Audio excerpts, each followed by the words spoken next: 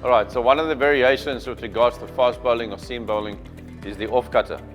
So with regards to the bowler, he's going to hold the ball like he normally does, just normally, fingers on the seam, and there's nothing in action or is in his grip. It's going to give it away.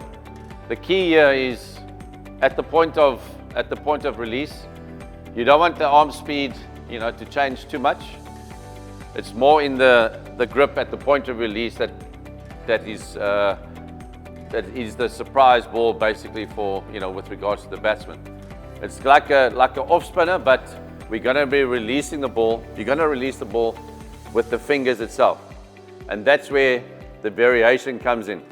You got Cullen here. It's a normal standard grip.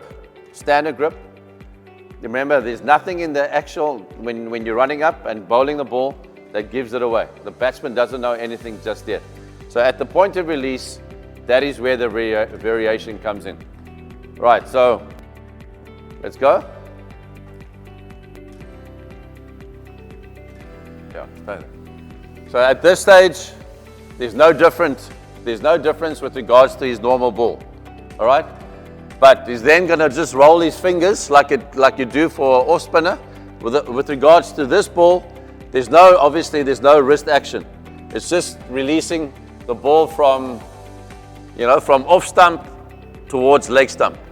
And all he's going to do is just roll his fingers, as you can see. So the ball should go from off stump to middle or to leg stump, depending on how much grip he's actually getting in the wicket.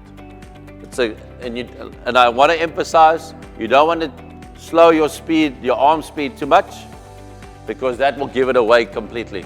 So the key to this particular delivery is obviously the change of pace, but don't slow your arm speed down too much.